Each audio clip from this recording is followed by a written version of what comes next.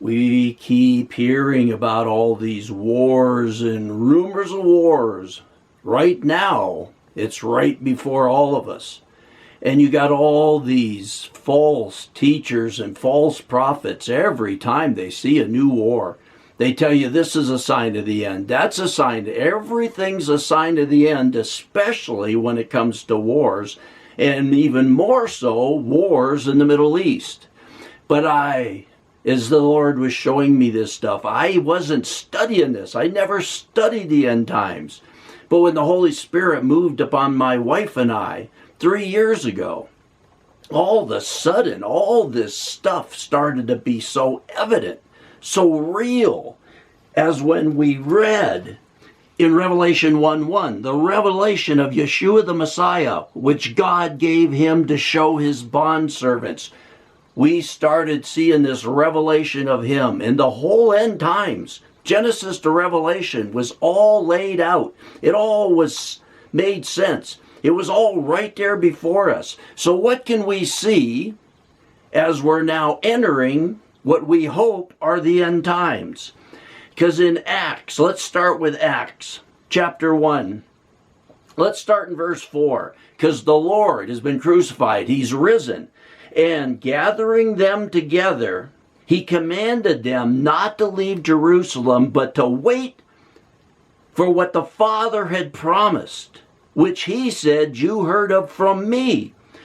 For John baptized with water, but you shall be baptized with the Holy Spirit not many days from now. It'll be the same way at the coming of Elijah, at the outpouring of the Holy Spirit. After the first fruits are taken, you'll have this outpouring of the Holy Spirit. Everything's a wheel within a wheel. Nothing changes. It's all simply laid out before us. And gathering them together, he commanded them not to leave Jerusalem, not to leave where you are, not to move out, but to wait for what the Father had promised. Wait for that outpouring of the Holy Spirit. We can do nothing without that outpouring of the Holy Spirit. And the Lord told them, you wait until that comes. For John baptized with water, but you shall be baptized with the Holy Spirit not many days from now. And now in Acts 1:6. And so when they had come together, they were asking him. Now they've come together. He's been crucified. He's risen. He's revealing himself to them. He says, wait here for the Holy Spirit. And so when they had come together, they were asking him, saying, Lord, is it at this time you are restoring the kingdom of Israel? They're asking him. Now, we thought you were going to do it when you were coming up to Jerusalem for the Passover, but they crucified you. And now we see that had to happen. So now that you're resurrected, are you going to restore the kingdom to Israel now? Are you going to come back as the King of Kings?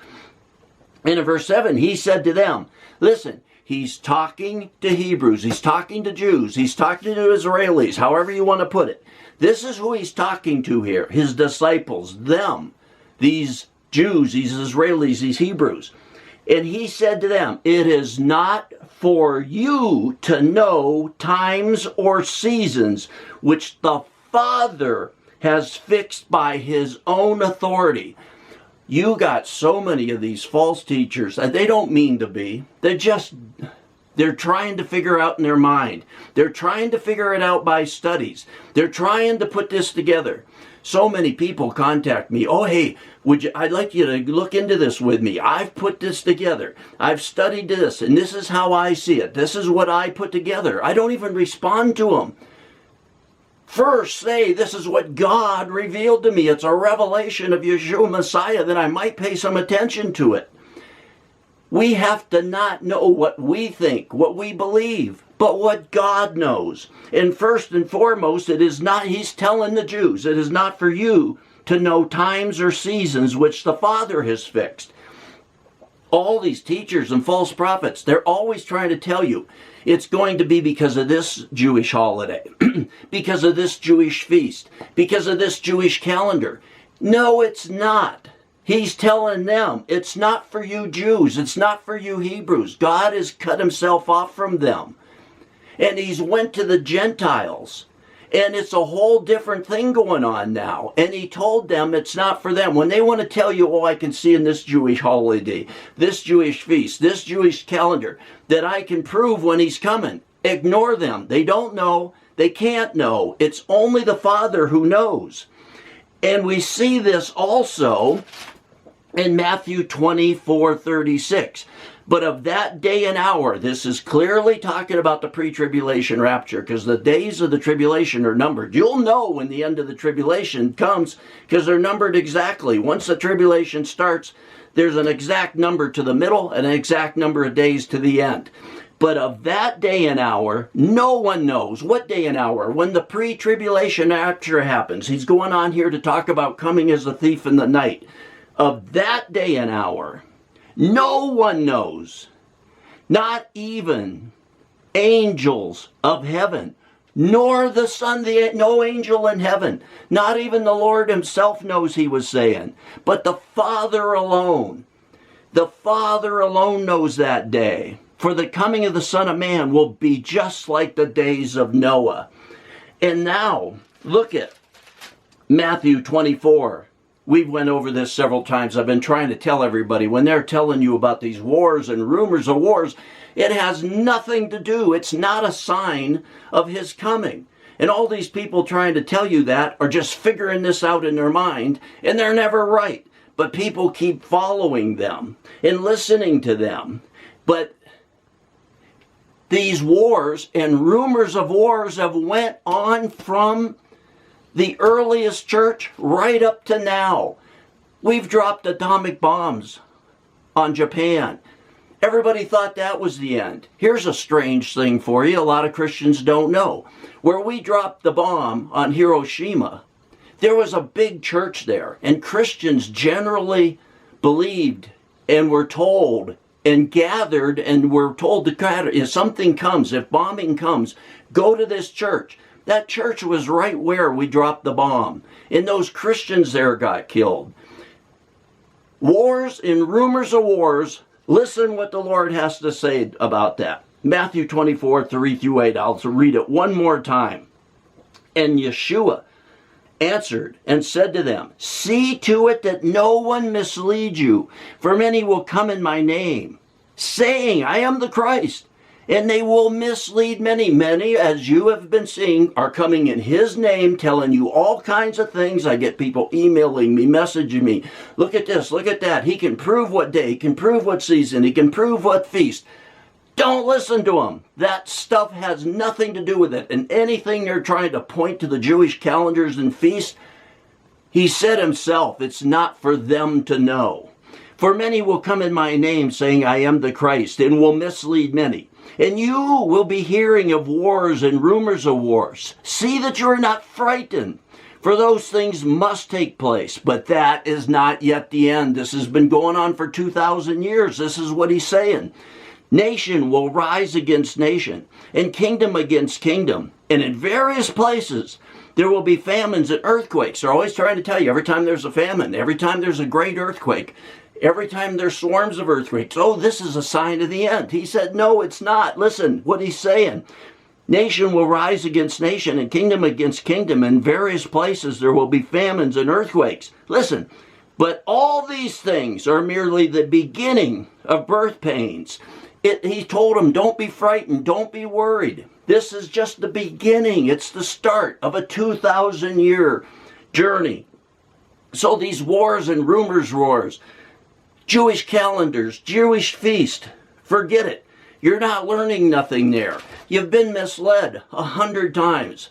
In the last Feast of Trumpets, everybody was saying they could prove this false prophet, that false teacher. I can prove that last October, November, during the Feast of Trumpets, that the rapture would happen. It didn't happen. Just before and during the Feast of Trumpets, I put out messages, it's not going to happen. But nobody cares. They keep following these people with their weird stories. So you might say to me, what is a sign? What would we know? What could we see that at least would point to it? That's right here in 1 Thessalonians chapter 5. Now listen to this, because he mentioned in Acts where we started this, seasons. where that started in Acts. And he said, it is not for you to know times or seasons. In Matthew 24:36 it said, but of that day and hour no one knows. And now look at here, the same theme. 1 Thessalonians chapter 5. Now as to the times and the seasons, now here he goes. Now Paul's going to tell you something. Now he's going to point you in the right direction. Now as to the times and the seasons, brethren, you have no need of anything to be written to you. Back then, Paul had made this clear, and he's telling them, you have no, as far as seasons and times of his coming, you have no need of anyone to tell you anything. Why? Verse 2, for you yourselves know full well, they knew back then, he made it clear to them, for you yourselves know full well, the day of the Lord will come just like a thief in the night. Matthew 24 again, coming as a thief in the night, when they don't expect him, when they're not ready. One's taken, one's left. For you yourselves know full well that the day of the Lord will come just like a thief in the night. Listen, here's your clue. Here's something you can look for. Here's something you can say, oh, this might be a sign. While they are saying, what does this mean? I didn't used to understand this. While they, who is they? While they are saying, Paul's talking to the church here. Paul's talking to the saints. So he's referring to them. And he's saying, while they, who's they? The world, the religious. Back then, the Jews that weren't accepting Christ. The religious, the world. Not the Christians. The Christians, he said, you should know, you should see. While they are saying what? Wars, rumors of wars. Oh, look at this war. Oh, they dropped this bomb. The Lord said, don't worry, don't be frightened. That's not it. That's not it. What is it? While they are saying peace and safety. Listen. While they are saying peace and safety, then destruction will come upon them suddenly, like birth pangs upon a woman with child, and they shall not escape. Remember the woman with the child in the book of Revelation? That was the church that wasn't ready. That was the church. The child was caught up to heaven. The woman went into the wilderness where she was nourished for 3.5 years, the first 3.5 years of the tribulation. This is what's talking about. This could be, if you see this suddenly, the sign. While they are saying peace and safety, they're going to be saying finally peace and safety. The world's peaceful. The world's at peace. Peace and safety have finally come. Then, not another war, not another earthquake, not another famine, not nation rising against nation, not bigger and bigger bombs. What is the sign? While they are saying peace and safety, then destruction will come upon them suddenly, like birth pangs upon a woman with child. But you, brethren, are not in darkness. If you're in the light, how are you in the light? By walking in the Spirit, not the flesh, not the world. But you, brethren, are not in darkness, that day should overtake you like a thief. So that's it, saints. Just the opposite of what they're telling you. I wanted to try to make this simple one last time. That you're to be prepared. You're to be walking with God, not waiting for the rapture. Oh, somebody said it might come this month. So all month I'm going to be praying and I'm going to be waiting and I'm going to fast. Oh, it didn't come this month. Back down to the casino. Back down to the sporting event. No. We're to be walking with God because God has called us to walk with Him. And when the day that the Father decides, then He'll come like a thief in the night. And we will go to the wedding feast with Him. So get prepared, get ready. But don't worry about these wars.